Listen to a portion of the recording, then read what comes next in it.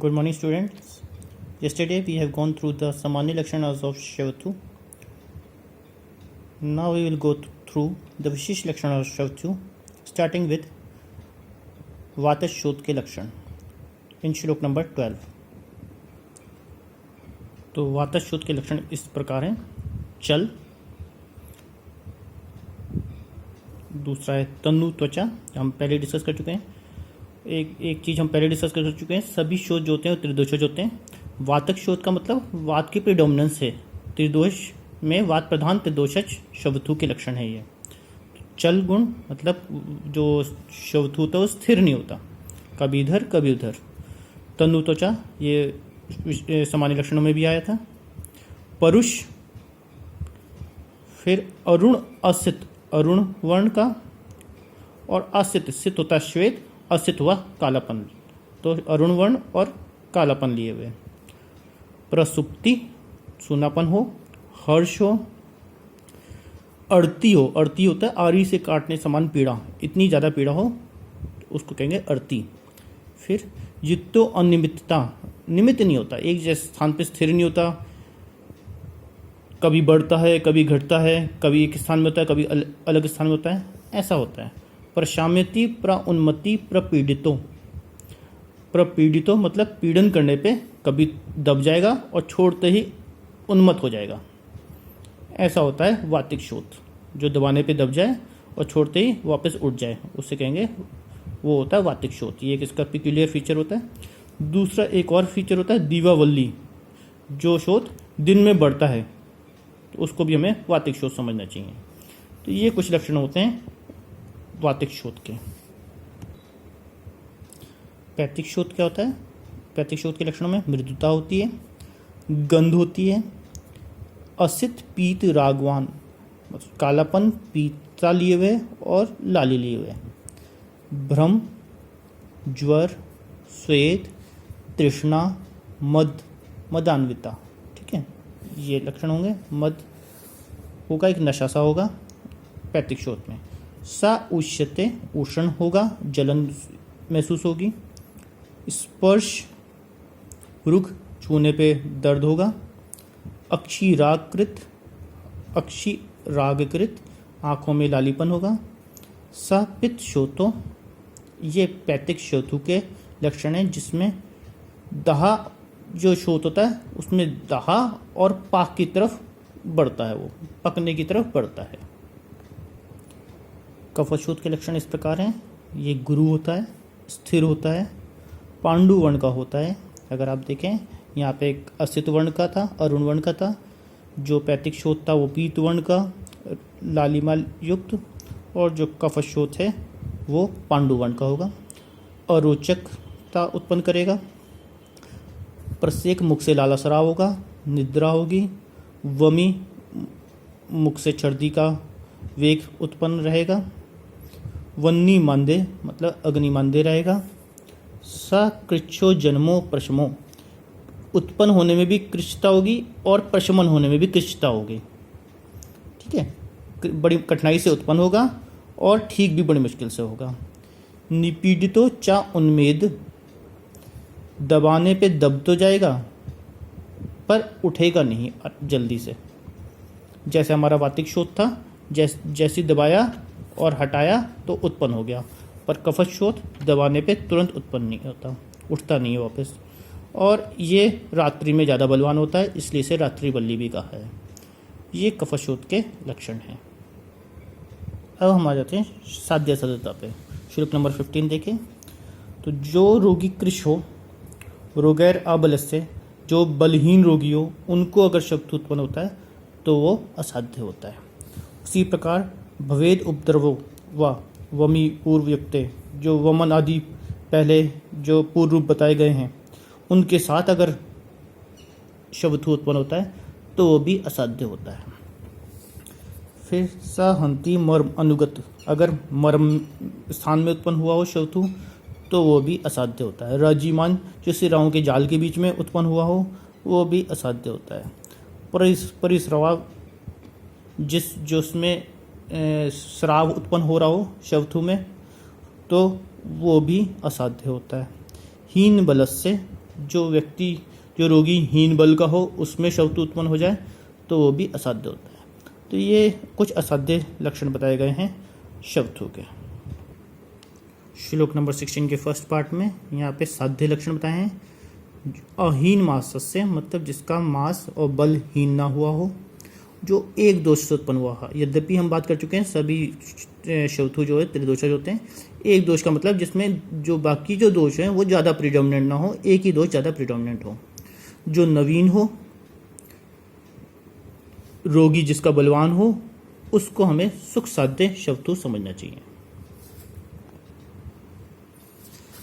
श्लोक number 16 second part में चिकित्सा सूत्र बताया, बहुत ही अच्छा, बहुत ही छोटे से रूप में बहुत बढ़िया चिकित्सा सूत्र बताया है।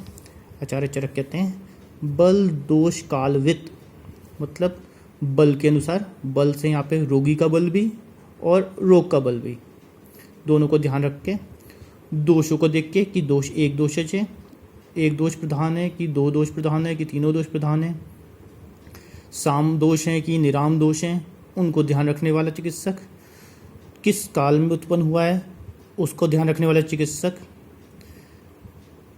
को क्या करना चाहिए, रोग के निदान, किस कारण से रोग उत्पन्न हुआ है, रोग के दोषों को ध्यान रख के और रोग की ऋतु को ध्यान रख के उसके विपरीत कर्म की चिकित्सा करे।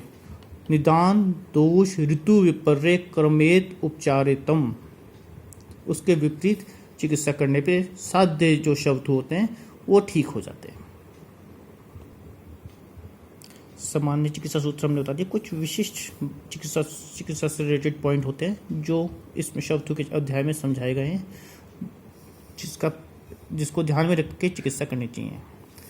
जैसे अगर आम दोष से उत्पन्न हुआ शब्द है तो आम अगर अल्प मात्रा में है तो लंघन, जैसे आप जानते हैं लंघन पाचन, और आम अगर अधिक मात्रा है तो दोष अवशेषण, तो शोधन कराना चाहिए। अब शिरोगत आम है, शिरोगत शवथु है तो शिरोविरेचन का प्रयोग कराना चाहिए। अगर अधोभाग में शवथु है तो विरेचन का प्रयोग कराना चाहिए। ऊर्ध्व भाग में शवथु है तो वमन का प्रयोग कराना चाहिए। अत्यधिक स्नेह के प्रयोग से उत्पन्न हुआ शवथु है तो रूक्षण चिकित्सा करानी चाहिए। यदि वात के कारण शोथ उत्पन्न हुआ है जिसके कारण मल विबद्ध हो गया है तो वहाँ पे निरुवस्ती का प्रयोग कराना चाहिए। पित्त और वात के कारण उत्पन्न हुआ शवथु है तो वहाँ पे तिक्त द्रव्य से सिद्ध किए हुए घृत का पान कराना चाहिए। घृत वैसे ही वात पित्त शामक होता है, तिक्त द्रव्य से सिद्ध किया घृत जो होता है वो पित्त और अनिल, पित्त और वात पित्त वाले शवथु के लिए हितकर होता है। किसी रोगी को शवथु रोग के दौरान मूर्छा हो, अड़ती हो, दाह हो तो उसको शीरपाक विधि से सिद्ध किए हुए तिक्त द्रव्यों का दूध पिलाना चाहिए। और अगर शोधन कराना हो तो इसी दूध को गोमूत्र के साथ देना चाहिए। ऐसे ही कफ से उत्पन्न शवथु को में क्षार द्रव्य, कटु द्रव्य, उष्ण द्रव्यों को मूत्र के साथ, टक्कर के साथ, आसव के साथ, इनमें से किसी के साथ देने का विधान बताया गया है। तो ये कुछ विशिष्ट चिकित्सा सूत्र थे। सामान्य चिकित्सा सूत्र श्लोक नंबर 16 में, विशिष्ट चिकित्सा सूत्र श्लोक नंबर 17 to 19 में बहुत अच्छी तरीके से वर्णित किए गए हैं। एक एक चीज़ क्लियर कर दी है। आमयुक्त हो तो क्या करना है, वात दोष हो तो क्या करना है, कफ दोष हो तो क्या करना है, ऊर्ध्व भाग में हो तब क्या करना है। तो सभी तरह के शब्दों को कवर किया गया है इस चिकित्सा सूत्र में। श्लोक नंबर 19 और 20 में पथ्य और अपथ्य सेवन बताया गया है कि क्या क्या प्रयोग करना चाहिए, कैसे कैसे प्रयोग करना चाहिए। इसके बाद हम चिकित्सा पे आ जाते हैं, शब्दों की चिकित्सा पे। जो चिकित्सा सूत्र बताए थे उसी के अनुसार चिकित्सा वर्णित की गई है। श्लोक नंबर 22 में कफशोथ के अंतर्गत हरित आदि योग बताया गया है जो इम्पोर्टेंट योग है। फिर वातिक शोथ के कुछ योग बताए गए हैं जिनको आपने पढ़ना है। मैं सिर्फ आपको जो मेन योग हैं उसकी तरफ फोकस करवाऊंगा, बाकी इसी चिकित्सा सूत्र के अनुसार आपको ये सारी चिकित्सा ध्यान रखनी है। श्लोक नंबर 26 में दुग्ध आहार बताया गया है। फिर आप यहाँ देखें श्लोक नंबर 29 में एक इम्पॉर्टेंट योग है गंडीर अरिष्ट। जिसका वर्णन यहाँ पे किया हुआ है, इसको आप लोगों ने कंटेंट के साथ याद करना है। और ये बहुत इंपॉर्टेंट योग है, एमडी एंट्रेंस में भी बहुत जगह पूछा जाता है। गंडीर अरिष्ट का वर्णन कहाँ आया है। नेक्स्ट है अक्षत अरिष्ट, श्लोक नंबर 32 पे। पुनर्नवादि अरिष्ट, श्लोक नंबर 34 पे। फलत्रिकादि अरिष्ट, ये सारे इंपॉर्टेंट योग हैं जो यहाँ पूछे गए हैं। कृष्णादि चूर्ण का वर्णन शोथ में आया है, बहुत सारे लोग इसमें गलती करते हैं। कृष्णादि चूर्ण का वर्णन चौथु अध्याय में आया हुआ है। शार गुटिका का वर्णन चौथु में भी आया हुआ है, ग्रहणी अध्याय में भी आया हुआ है। जब आप ग्रहणी पढ़ेंगे तो वहाँ पे भी मिलेगा। गुड़ अदरक का प्रयोग बताया गया है। अदरक सवरस का प्रयोग बताया गया है। शीला जतु का प्रयोग बताया गया है। और एक इम्पॉर्टेंट योग आता है कंस हरितकी। तो बहुत सारी हरितकी का वर्णन अलग अलग अध्याय के हिसाब, रोग अधिकार के हिसाब से आया हुआ है। जैसे हमने गुल में पढ़ी थी दंती हरितकी, यहाँ पे कंस हरितकी का वर्णन है। इसको कंस हरितकी इसलिए कहते हैं, इसमें जो पहले जो पंचमूल लिए जाते हैं इनको एक कंस की मात्रा में लिया जाता है, उससे 8 गुना जल डाल के इसको पकाया जाता है, तो इसलिए इसे कंस हरितकी कहते हैं। आज हम बस यहीं कंस हरितकी तक करेंगे। कल हम थोड़ा सा चिकित्सा और पढ़ेंगे, फिर हम शवथु में एक दोष शवथु के कुछ रोग पढ़ेंगे।